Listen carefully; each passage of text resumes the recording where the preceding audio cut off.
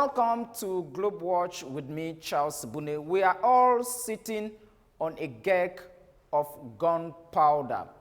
Africa's ex-president with the first presidential library has said Olusegun Obasanjo was referring to the unemployment situation on the continent recently as he considered it one of the greatest challenges facing the continent for the moment. His comments come after that of Zambia's former finance minister, Alexander Chikwanda, who qualified the unemployment situation in Africa as a ticking time bomb. Next week, June 16, the African Day of the Child will be celebrated across the continent to remember those who were executed and killed brutally in the 1970s in the apartheid regime in South Africa.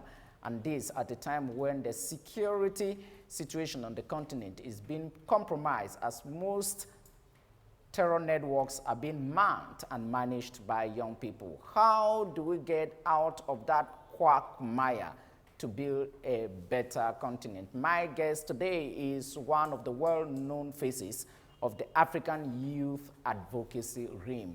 He was one-time global president of Junior Chambers International and has traveled in at least 89 countries around the world, talking with queens, kings, plus presidents to sell the message of the place of young people, especially in Africa, in their leadership mantle. And today serves as the Chief Executive Officer of Go Ahead Africa.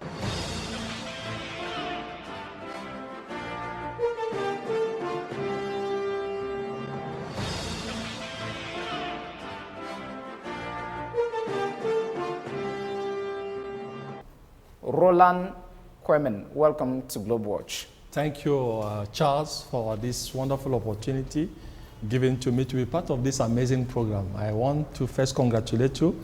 Every time that I'm around the country and I have the opportunity to watch this program, I'm so excited about it. And today being a guest and on a very specific topic concerning youth, unemployment, and all the challenges that youth are facing in Africa, I'm very, very excited about it, and I look forward having good time with you and the televiewers. Approximately 241 million people aged 15 to 29 lived in Africa. Yes. In 2010.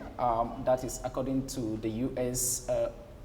Bureau of Census. A group of 1 to 14 years were out of school. Those were UNESCO statistics. Same year, 3 in 5 people unemployed in Black Africa are young people, and roughly 34 million are orphans because of HIV and AIDS, conflict, and diseases. Too sad.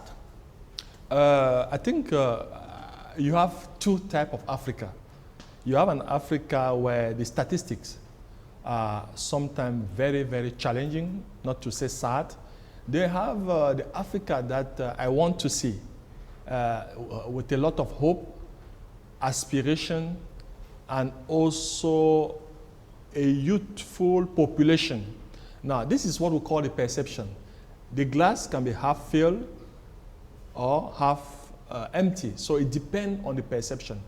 And the statistics you are giving are statistics, and they are good statistics, but I have a different interpretation of those statistics. I'm very, very hopeful, and I believe in the fact that the youthfulness of the African population is a wonderful opportunity. It's a blessing and not a curse.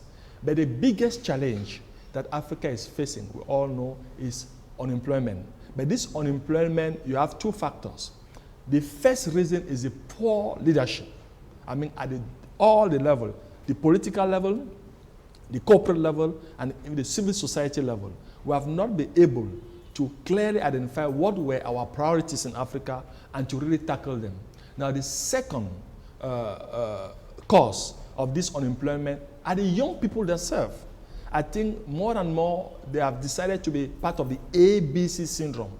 They They like to accuse the government for not doing anything. We like to blame the government for not doing or for being responsible of our failure or our frustration. And last, we complain a lot. So if we push away this ABC syndrome, I have no doubt that the level of our training might not be the best, but we are trying to give skills to these young people. But most importantly, we need to change the mindset of these young people so that they decide to be solution provider. Let them be the solution, even when they are not the cause of the problem. So the statistics are good, are quite challenging, but they are also a lot hopeful if we decide to perceive Africa differently. Where is that glimmer of hope? Who are those people in Africa, and what is the other perception of the reality on the ground that provides a different picture of what I just said? Now, are there people really working to change that environment? No, there are people. And you know, when I was JCI president, I did 71 countries. And in this conversation, I met 3 essential groups. And out of the 71, I did, I think, 29 African countries. There's no secret I come from Cameroon, one of the best countries in the world. I'm proud to be Cameroonian, but I'm also very conscious that the continent has a lot of challenges. Now, if you look at the statistics you gave, they are just figures. It's very important to interpret. Now, in the interpretation, that's where now the perception come in.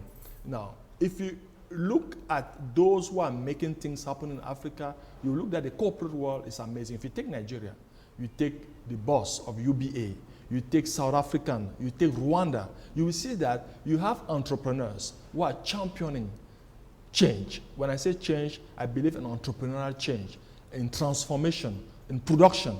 But you have now you are talking the boss of UBA, you are talking of Tony Elumelu with his $100 million package for investment for entrepreneurship. I think it's amazing. Nobody have done that before. And we really hope that other champions, other billionaires are going to follow his initiative. Now you have local initiatives all over Africa, and I really know what I'm talking about. They might be sometimes very symbolic, but the truth is that the biggest challenge is the environment. The environment is not very, very conducive. If you take the biggest challenge we are facing, you spoke about unemployment, but the second that comes directly is the inadequate educational and university system. Do you know that Africa education system is still done like some 60 years ago? When the colonial master was there, they conceived a program to serve their capitals. If you look at the production, they brought us many products that were essentially for their... You know, people should be tired of this conspiracy. That's what I'm... No, it's not conspiracy. I'm totally, Charles, listen. I'm giving a fact. But where I agree with you is that 60 years after we're independent, we shouldn't complain. We shouldn't blame our failure. Why don't we take a decision to rethink our educational system so that the education system will address our own priority? Now, by the way, what is development all about? It's not the Western world who define development. It's Africans themselves who need to sit and define development. So based on all that, you see that you and me, we are saying the same. 60 years after our independence, we should decide ourselves what are our top priorities. What do we want to do? But unfortunately, the educational system now do not address the current challenge. You can graduate from the university to the master level with 0 skills. It means you come to me and I ask you, what can you do for my company? You look at me, you only say, sir, help me. These are young people with master's degrees. What does it mean? It means that we need to sit back and check what are the needs of our society to become a developed nation. Next year, the African Youth Decade, declared by African leaders in 2009, will be coming to an end. Yes. Roughly, African young people, between 10 to 12 million enter the job market yearly. Are there countries that have succeeded to overcome this challenge? Yes, the only country that I know and I'm very proud of is Rwanda. But Rwanda should be a case study. Why is Rwanda succeeding and countries like Nigeria with exceptional resources, natural resources. Resources, Yes. still between the lines. Leadership. Now, let me be very honest to you.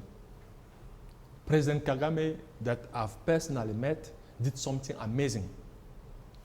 Giving the opportunity to young people to be part of the think tank and to be part of the development process. First, young people. So it's not just a political wish or a slogan. If you go to Rwanda, it's amazing to see young people, Charles. Because when you introduced me, you said a young person. I'm not a young person. I'm 46 years old. I'm not a young person. So, but I'm passionate about young person. I know what young people are doing because I'm close to them. Now, if you go to Rwanda, you will see that young people are involved in the conception, implementation, evaluation of the policies. Number two, women. In Rwanda, if you take their parliamentary and the Congress, you will see that women represent more than 56% of the presence, and women are CEOs. Why women? If you take the African population, you see that women represent virtually 52% of the population.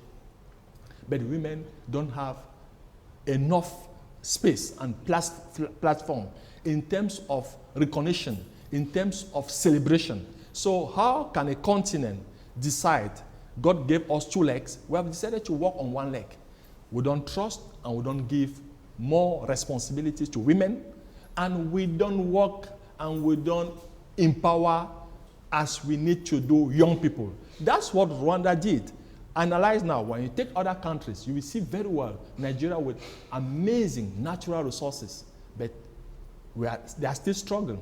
Then the other thing that President Kagame did that is so powerful, he has killed corruption. Corruption is #1 disease. If you know what we call in leadership and management the 5 whys.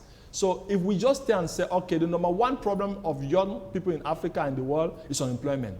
If you don't ask yourself the why, 5 times, why, you will not know. But I think corruption is an amazing cause of the biggest challenge Africa is facing. African leaders meeting in Malabo, Equatorial Guinea, years back said about young people that, quote, creation of safe, decent, and competitive employment opportunities for young people on the continent. That was a common declaration by African governments. Yes. You have traveled in at least 89 countries in the world. Yes. The UN has at least 194 as members. When you move around these African countries, like you said that you have been in 29 of them when you were JCI president, who of the top African leaders shocked you in his policy statement as president, king, or queen when discussing with them? I think I'm a fan of President Kagame, we already spoke, but I also had some tough discussion with President Robert Mugabe. Now, I went there with a lot of, I had my own perception of what the Western media says about him, and also what I personally think about him. But when I went to Zimbabwe, I was shocked. First, to see that, again, you have 2 Africa. The Africa from the media perspective, what they say and what I met on the field. Then I had an audience that was planned for 15 minutes, but we did 45 minutes. Now, it was a tough conversation because he gave me his own insight. What were his challenges and his frustration and where he was trying to bring his country. Now, when you listen to him, and some of the leaders, President Blaise Compaoré, Thabo Mbeki, I met some of them, and the conversation on the table was, because I'm a youth advocate, at that time I was 39 years and president of the biggest youth organization in the world, so it was to defend young people. And I wanted to know what were the policies. First, you see that I was not totally convinced, I have to be honest, but they had good policies on papers. To be honest, the relationship between the youth and the political leadership or the government leadership is not the best. There's no trust. And now, how do we do to bridge? Because if you take the case of someone who is married, as soon as there's no trust in the relationship, the divorce is not far. When you meet somebody like Mugabe, yes, who is part of those African leadership yes, crew yes, that believes that when they come to power, yes, nobody governs until death do part us. Yes. What do you tell them in particular? No, whether I like it or not, it's a president. You have, with all respect, but you look for a look, when I started the audience with him, he addressed me as Mr. President. But 10 minutes after, it was my son. Because, Charles, I was going to the way that he was quite challenged. And I will not miss my word. That is quite frustrating to see that power in Africa is just amazing. We need statesmen. We need people that will work for a legacy. And a legacy is trying to build on when you are not going to be there. What do you want and how do you want to be remembered? Unfortunately, I think the entourage of our leaders, I mean political and state leaders, is such a way that they convince these people to stay, not for the interest of the general public, but because they are so afraid. If these leaders had a guarantee that after their presidency, nothing will happen. If you take the case of Senegal, of Benin, or Ghana, you see that Jerry Rawlings and all those guys, they are back home, they're at home, because the system is such a way that upon leaving the power, you are still there. But I think these people don't have enough guarantee. I had also this conversation with President Thabo Mbeki. They don't have enough guarantee that if they leave, nothing will happen. Now, do they have to stay till they die? I think if you have not succeeded, for me, I believe, to do something in 10 years, it's not even after 50 years that you accomplish. That's why it's so important for us to have a system in Africa where the limitation of our mandate are so clear. If it is 10 years, if it is 5 years, it will help, because the strategy of managing by goal, when you have a goal, a target, and so something so important in management is also the time frame. We cannot just think that we have time with us. Time is so limited. And if you take the current world, you will see that things are going so fast. And the young people are so smart. But unfortunately, they are not smarter than I would have loved. I think it is very important for young people to be involved in citizenship activities. You will see that many African countries where you have the leadership that have stayed for long, young people are not part of the democratic process. Now, they will give you many reasons. But you know, young people not being part of the democratic process, we constitute a majority of the population, at least 60% of the African population is made up of young people. Those are statistics from the African Union. When you have young people, and if you go to those countries' electoral processes, you realize that between 10 to 20% of them are registered. And then the old people make sure that they elect their braggart in office. So they should take the blame, right? I give them totally the blame. You and me, we have been having this conversation. I am not here, I'm an advocate of young person, but we have to be truthful to these young people. They are responsible of the fact that they are not part. Look, let me tell you, you cannot have those countries where, as you are saying, 60, sometimes 65% of the population, they have the age to vote, but they don't even register. I spend my time a lot in universities around the world talking to these young people. That's why I like to meet them, to empower them, motivate them, challenge them. You have universities with 20,000 students, but less than 500 have registered. Do you think it's normal? And the day of election in many African countries, that day is declared férié, as they say in French, so they don't work. It's a public holiday. Public holiday. Sure. But what is all this? That day, that's the particular day that the young people will be watching television. This is what a Washington-based think tank says about the young people's situation in Africa. I'm talking about the Brookings Institute. Young people in Africa find work, but not in places that pay good wages, develop skills, or provide a measure of job security. You have a huge experience of talking to young people. How do you coach them? Because you do youth advocacy and coaching. At the same time, how do you coach them to love their jobs and to find jobs that satisfy their life aspirations in an environment which is very tight? Now, you will see that a young person will go to university and graduate in a master's. When you ask him, what do you want to do in life? You will see that what he wants to do, or his passion, is completely opposite of what he has done to school. So institutionally, or what do I call external factor, we need. These are more policy decisions to address it. Now, on an individual, on a personal decision, I still tell them it's not bad. You can have a master in history, a master in geology, but your passion was singing. Your passion was art. Your passion was communication. Please follow your passion. Then what you have gained in terms of education will be an added value. So more and more, I'm encouraging. I have 2 or 3 questions I always ask them when I'm with them in terms of coaching. The first one is, what is your passion? Some will tell you they don't know their passion. If you don't know, I send you back. Go and discover what is your passion. What are you passionate about? Why? Because we are in such a challenging environment.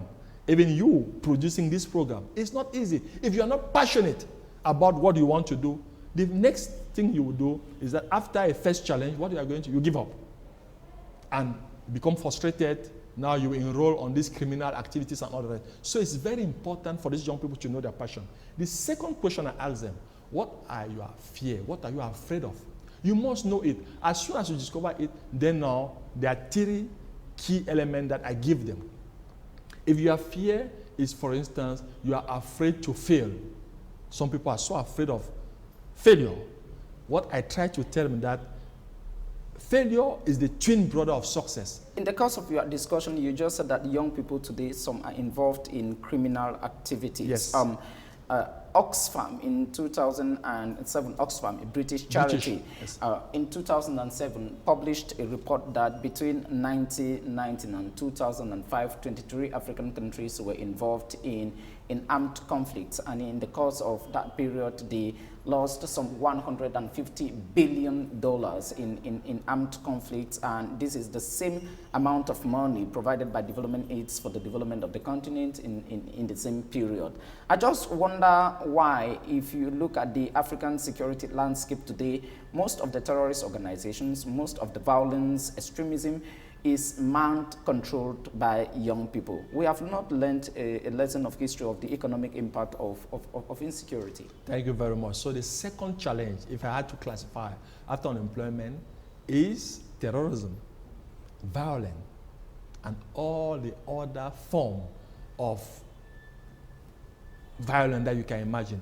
And if you look very well, the actors, the primary actors, are all young people.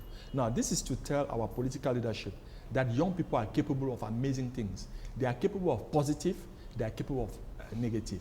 And that's why it is urgent for all the stakeholders to make sure that peace is a top priority, because without peace, there's no development. Now, for us to have sustainable peace, we must have social justice. Very important, social justice.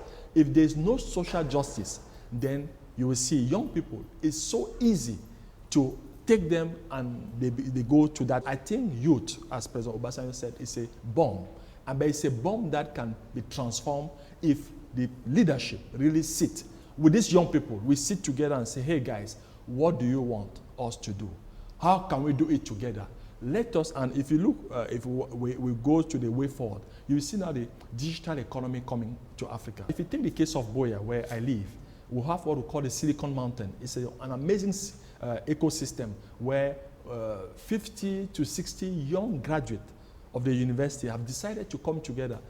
There are more young guys in their rooms, but building software and making sure that the agenda of IT. Well, you know, the story you are telling is a story that everybody knows. One of the issues facing Africa is brain drain. Yes. And the truth is that we know all the stories of the Churchy, the Alentevs, the Atuzangs, the young guy from Rwanda, the young guy from Nigeria, the young guy from Zimbabwe, and these are guys with extraordinary ideas, with extraordinary innovations. But you know, the tragedy in what you are saying is that these guys have international recognition in the UK, in the US, in China, in their own countries. They are not even being received by their own, even minister, not even to talk of a president of the republic. At the end of the day, he simply packs his bag after we have produced him in Muliko, yes. After we have produced him in Lagos, yes. After we have produced him in Harare.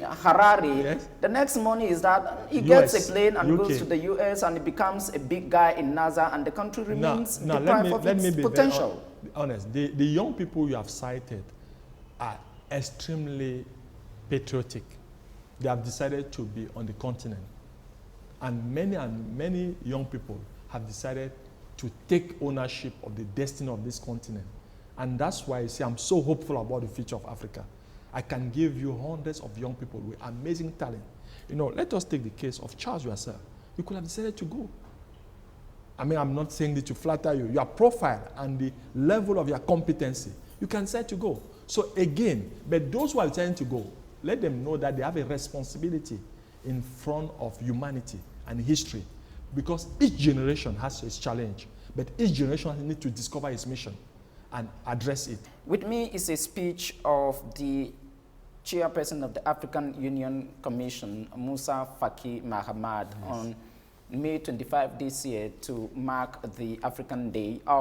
He talks of young people being the driving force of the continent. You are very much aware of the African Youth Charter by the African Union Commission. Do you think that at the continental level, the leverage can be there for the 2063 vision, that is 100 years after Africa's independence? Is it possible? It's very possible, but we need more and more to forget about just the vision carried by our political leaders. My suggestion is that young people we should have a union at the grassroots level. The number one asset of Africa is the human capital. But if humans don't travel, if you to go to Cote d'Ivoire, you have to take a visa. Sometimes 3 days you can get discouraged. But you know that it's easy for Cameroonians to go to Nigeria. Imagine that Africans could travel within Africa.